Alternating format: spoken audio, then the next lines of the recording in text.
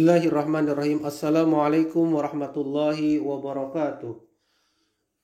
Alhamdulillah, puji dan syukur kehadirat Allah Subhanahu wa taala karena atas kudrat, iradah, taufik dan hidayah serta nikmat kesehatan yang Allah berikan kepada kita sehingga pada hari ini kita dapat melanjutkan materi pembelajaran kita.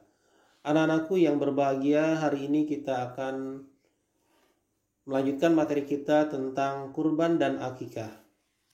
Sebelum Bapak menyampaikan materi pelajaran yang pertama, Bapak akan sampaikan tujuan pembelajaran kita pada hari ini. Semoga anak-anakku semuanya masih dalam keadaan sehat walafiat.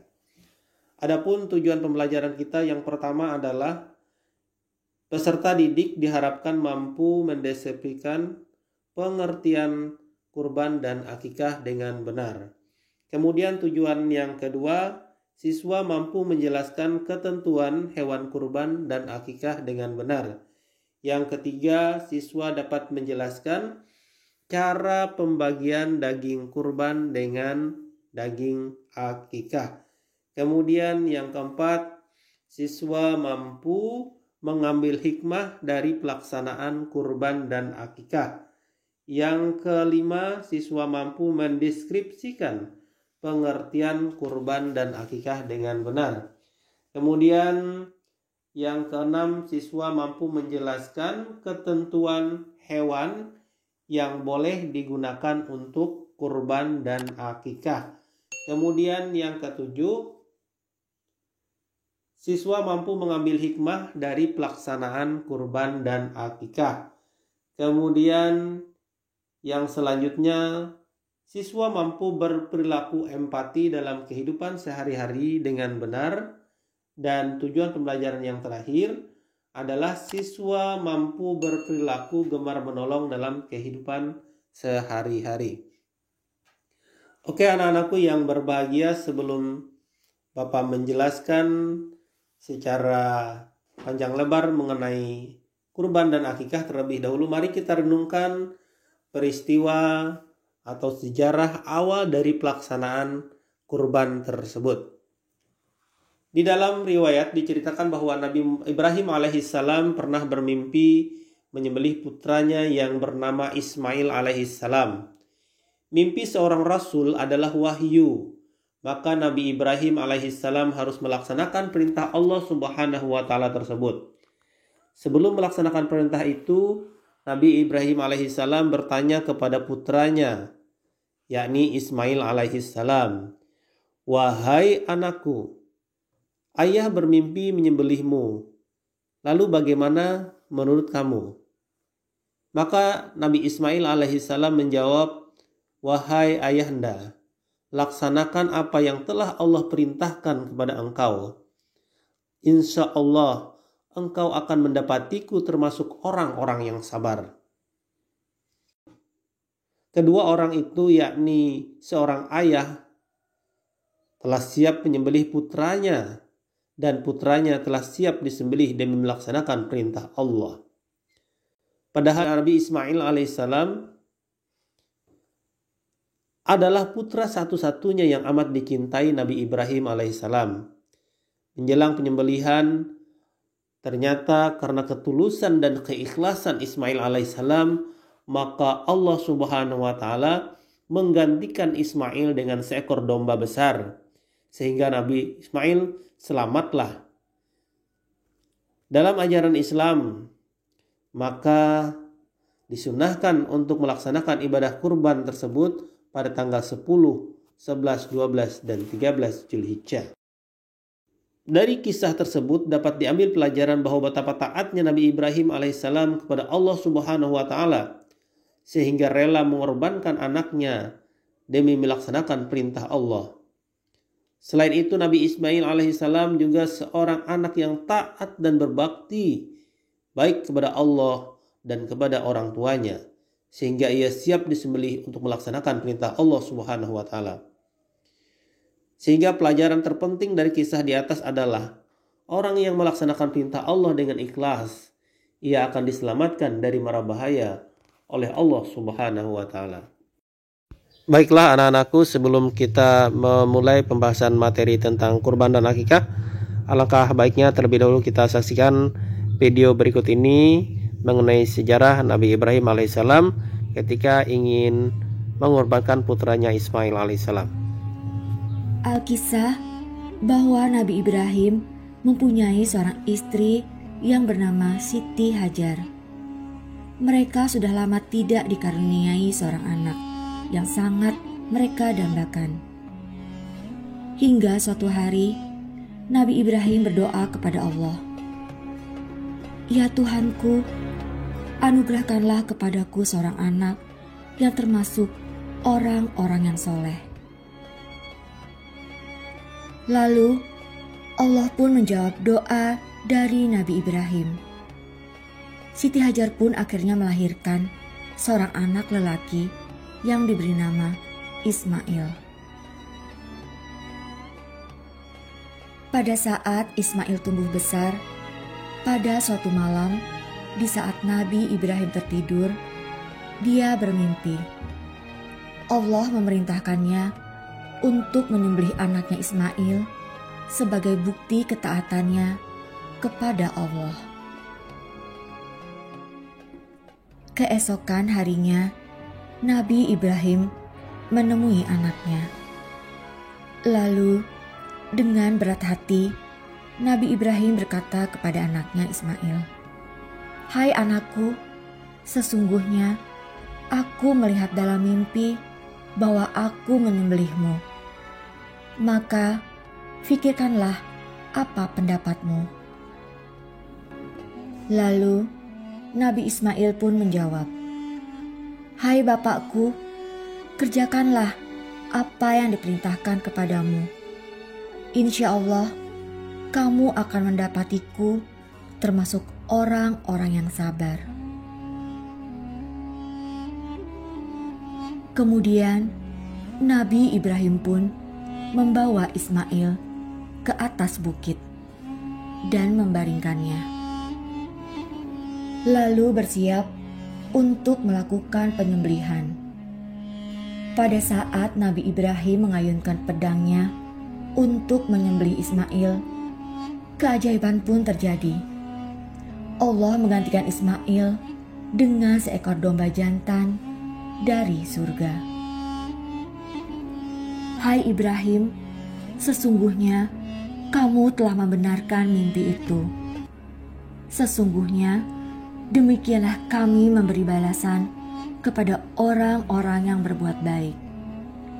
Sesungguhnya ini benar-benar suatu ujian yang nyata, dan kami tebus anak itu dengan seekor sembelihan yang besar." Baiklah anak-anakku yang berbahagia, sekarang kita akan membahas mengenai kurban. Yang pertama, Bapak akan menjelaskan pengertian kurban. Kurban berasal dari bahasa Arab, yakni qorib, yang artinya dekat. Nah, sehingga kita sering mendengar kalau kalian menyebut teman dekat kalian, sahabat dekat kalian, maka kalian menyebutnya dia adalah sahabat karibku. Dia adalah teman karibku. Artinya dia adalah sahabatku yang paling dekat. Dia adalah temanku yang paling dekat. Jadi qarib itu berasal dari bahasa Arab yang artinya dekat. Nah, kenapa dikatakan diambil dari kata qarib, kurban ini? Karena salah satu tujuan dari kurban ini adalah untuk mendekatkan diri kepada Allah Subhanahu wa Ta'ala. Nah, selanjutnya menurut istilah, kurban berarti menyembelih hewan pada hari Idul Adha tanggal 10 Zulhijjah dan hari Tasyrik, yakni tanggal 11, 12 atau tanggal 13 Zulhijjah, dengan tujuan untuk beribadah kepada Allah dalam rangka mendekatkan diri kepada Allah Subhanahu wa Ta'ala. Jadi tanggal 10 dan hari Tasyrik 11, 12 dan 13 Zulhijjah. Apa itu hari Tasyrik? Yakni hari yang pada tanggal tersebut umat Islam dilarang untuk melaksanakan puasa. Jadi kalian jangan melaksanakan puasa pada tanggal 11, 12 dan 13 Zulhijjah. karena tanggal tersebut merupakan hari tasyrik. Nah, kurban merupakan istilah yang menunjukkan tujuan dari suatu ibadah, yakni mendekatkan diri kepada Allah Subhanahu wa Ta'ala. Dalil yang memerintahkan untuk melaksanakan kurban yakni terdapat di dalam surah Al-Kautsar. A'udzu billahi minasyaitonir rajim. Bismillahirrahmanirrahim. Inna a'tainakal kautsar fasholli li rabbika wanhar inna syani'aka huwal abtar. Sesungguhnya kami telah memberikan kepadamu nikmat yang sangat amat banyak. Maka dirikanlah sholat karena Tuhanmu dan berkorbanlah. Nah, ini dalilnya. Anak-anakku yang berbahagia. Selanjutnya hukum melaksanakan kurban. Nah, berkorban ini hukumnya sunnah mu'akkadah. Artinya sunnah yang sangat dianjurkan untuk dilaksanakan. Hal ini berdasarkan hadis Rasulullah Shallallahu Alaihi Wasallam. An Ibni Abbas radhiyallahu anhu qala sami'tu Rasulullah Shallallahu Alaihi Wasallam yaqulu salasun hunna alayya faraid wa hunna lakum tatawwu' al-witru wan nahru wa salatus duha. Dari Ibnu Abbas radhiyallahu an berkata, saya mendengar Rasulullah Shallallahu Alaihi Wasallam bersabda, 3 hal yang wajib atasku dan sunnah bagi kalian, yaitu sholat witir, kurban, dan sholat duha. Hadis riwayat Ahmad. Kemudian selanjutnya adalah ketentuan untuk melaksanakan kurban. Yang pertama adalah jenis hewan kurban. Hewan yang sah untuk dikurbankan adalah hewan yang tidak cacat, baik karena pincang, sangat kurus, putus telinganya, putus ekornya, atau karena sakit. Tidak semua hewan dapat digunakan untuk melaksanakan kurban. Hewan yang digunakan untuk kurban telah ditentukan jenis-jenisnya. Yang pertama adalah domba yang telah berumur 1 tahun lebih atau telah tanggal giginya. Artinya adalah ketika domba itu berumur di bawah 1 tahun atau giginya belum tanggal, maka tidak boleh digunakan untuk hewan kurban. Nah, kemudian yang kedua adalah jenis hewan berupa kambing, minimal berumur 2 tahun atau sudah tanggal giginya. Nah, jadi kambing dan domba ini 2 jenis hewan yang sebenarnya sama tapi ada perbedaan ya. Makanya dari segi bentuknya pun berbeda. Kemudian yang selanjutnya hewan yang dapat digunakan untuk kurban adalah sapi dan kerbau, minimal berumur 2 tahun. Jadi sapi di bawah umur 1 tahun pun sebenarnya tidak diperbolehkan. Kemudian hewan yang selanjutnya adalah unta, minimal berumur 5 tahun. Rasulullah Shallallahu Alaihi Wasallam bersabda an Abi Hurairah radhiyallahu anhu qala sami'tu Rasulullah Shallallahu Alaihi Wasallam yaqulu ni'matil udhiyatul jaz'u minad dha'i. Dari Abu Hurairah radhiyallahu anhu berkata, saya mendengar Rasulullah Shallallahu Alaihi Wasallam bersabda, sebaik-baik binatang kurban adalah domba yang telah tanggal giginya. Nah, sapi, kerbau, dan unta dapat dijadikan kurban untuk 7 orang setiap ekornya.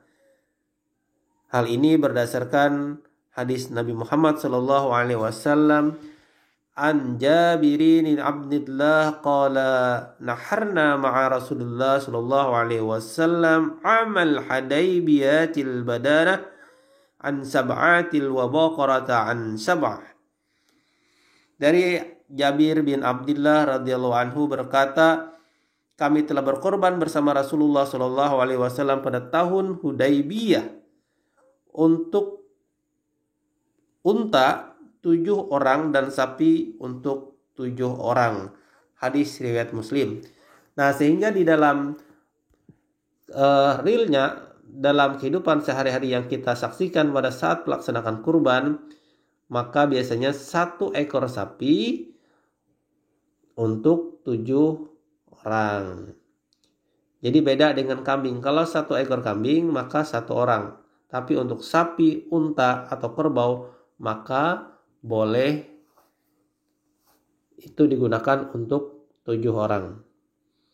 Nah, kemudian waktu pelaksanaan kurban, sebagaimana yang sudah Bapak jelaskan di dalam pengertian kurban tadi, bahwa pelaksanaan kurban hanya boleh dilakukan pada tanggal 10 Zulhijjah dan hari tasyrik, yakni tanggal 11, 12, dan 13 Zulhijjah.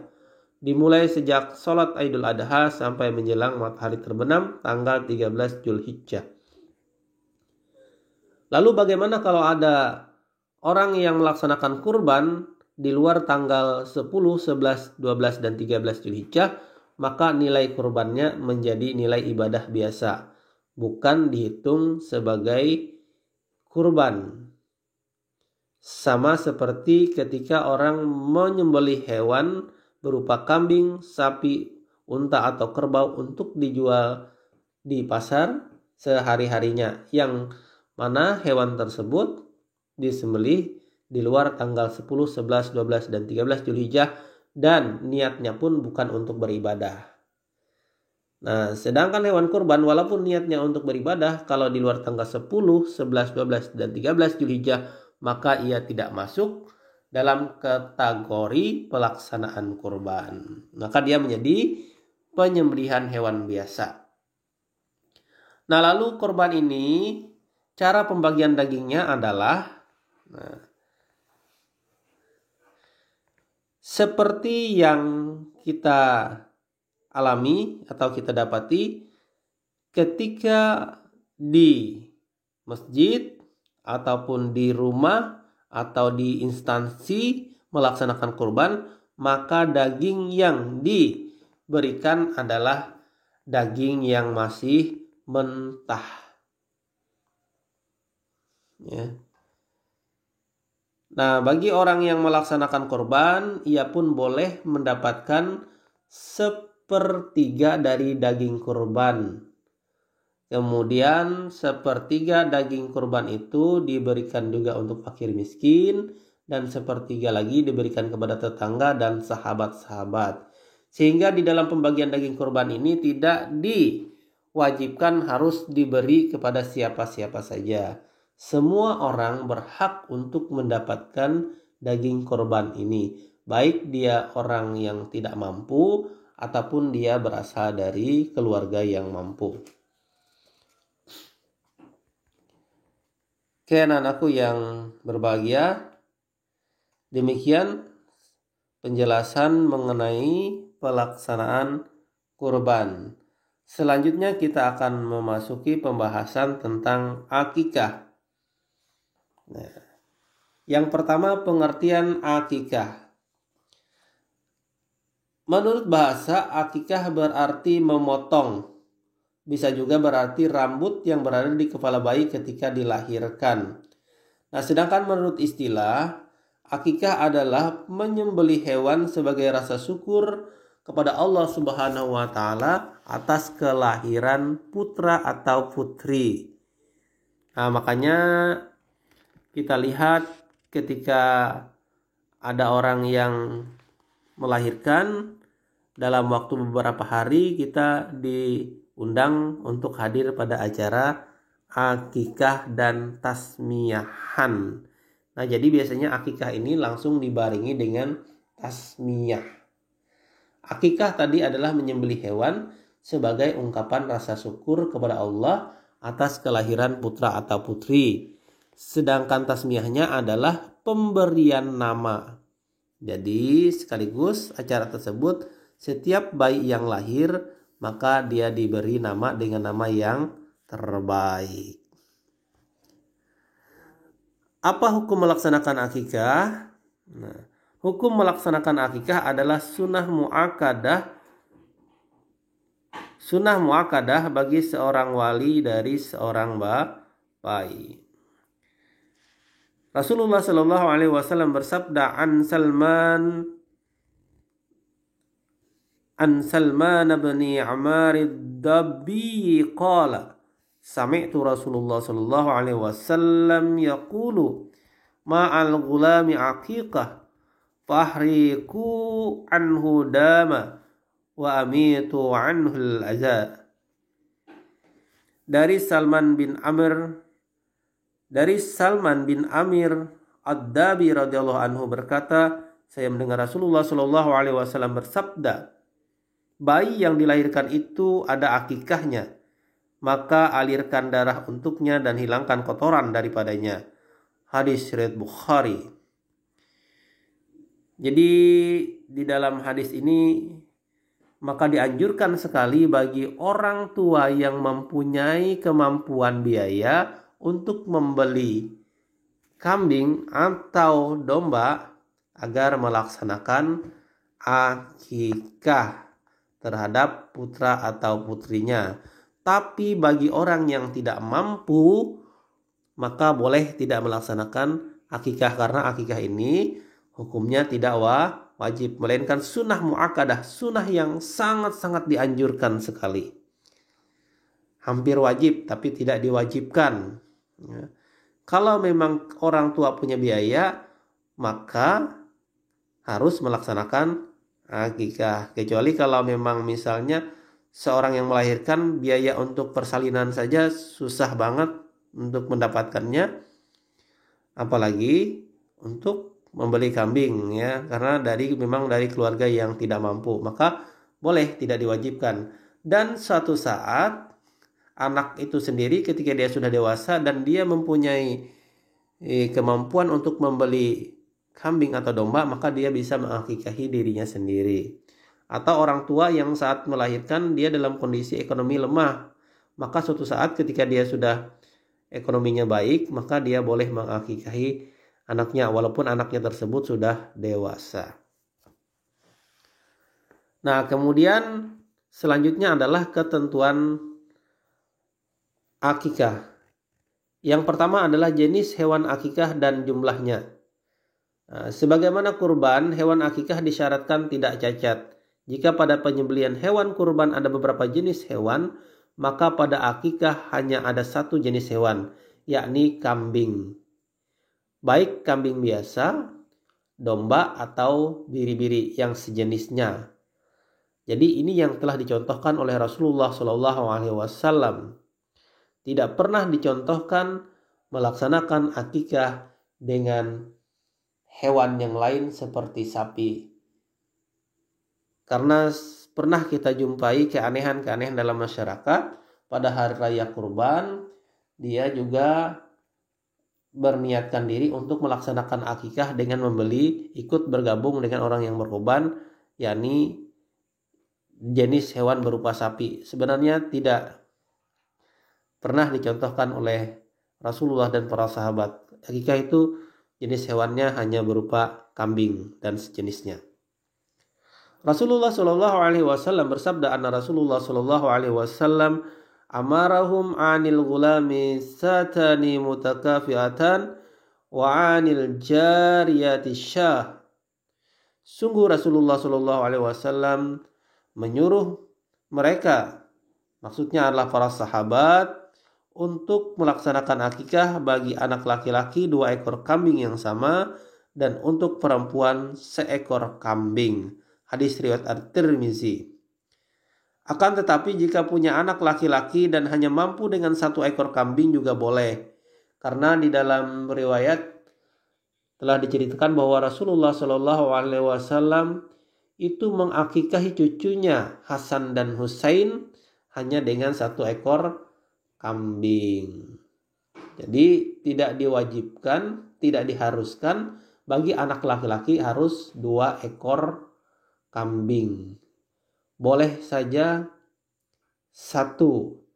Tapi kalau punya dana yang lebih, maka tidak ada salahnya sesuai dengan tuntunan, sesuai dengan sunahnya 2 ekor kambing bagi laki-laki dan 1 ekor kambing untuk anak perempuan. Kemudian waktu pelaksanaan akikah. Waktu pelaksanaan akikah disunahkan pada hari ke-7 dari kelahiran seorang bayi. Jika pada hari ke-7 tidak bisa dilaksanakan akikahnya, maka boleh pada hari ke-7 berikutnya. Artinya 7 tambah 7, 14. Dan jika tidak bisa, maka boleh pada hari ke-7 berikutnya lagi, yakni hari ke-21. Kalau seandainya pada hari ke-21 tidak bisa, maka boleh dihitung 7 hari ke belakang lagi. Terus 7 hari. Bahkan sampai anak itu dewasa. Bahkan sampai dia bisa mengakikahi dirinya sendiri. Sehingga tidak harus 7 hari setelah bayi itu lahir. Maka wajar saja ketika kita temui di dalam kehidupan masyarakat, ada orang yang ketika dia sudah mau menikah, maka pada saat itu juga dia melaksanakan akikah. Karena akikah dibolehkan pada hari ke-7 selanjutnya.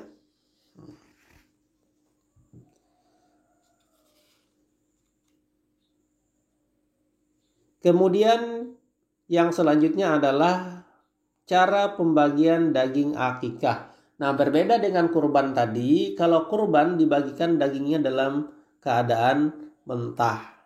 Biasanya kalau hari raya kurban kan kita diberi kupon-kupon agar diambil pada jam sekian. Nah, dalam akikah cara pembagiannya tidak sama seperti kurban.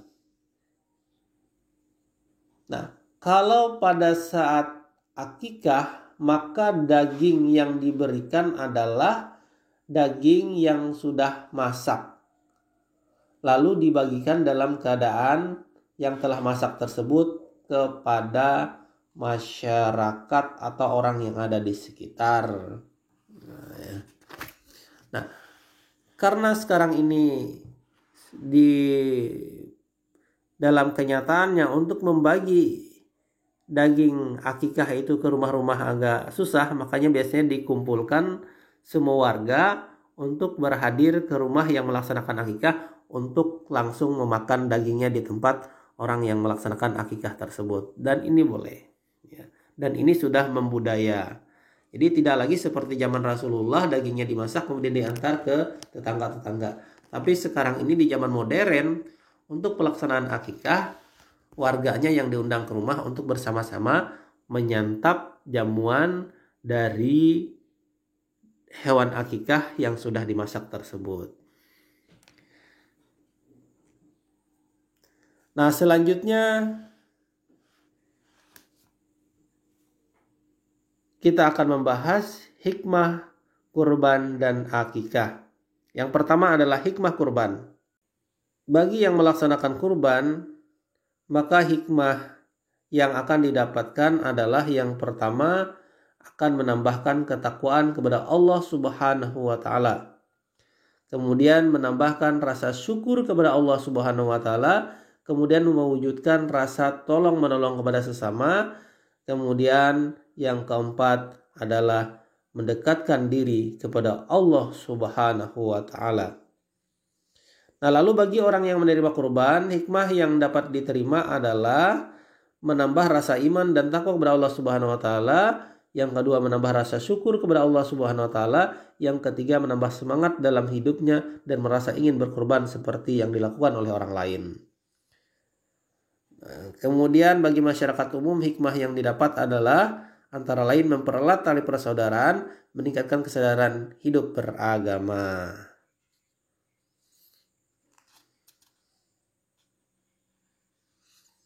Kemudian hikmah akikah.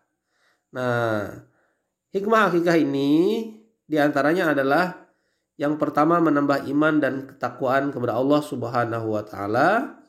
Yang kedua adalah mewujudkan rasa syukur kepada Allah Subhanahu wa taala. Yang ketiga menolong kepada sesama, terutama fakir dan miskin. Oke anak-anakku yang berbahagia, demikian materi kita pada hari ini, yakni kurban dan akikah.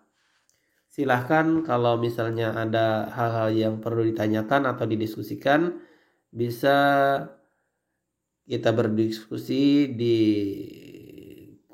grup, atau silahkan kalian tanyakan secara pribadi kepada Bapak, baik melalui kolom komentar di Classroom atau di WA, atau bisa juga langsung kolom komentar di video ini.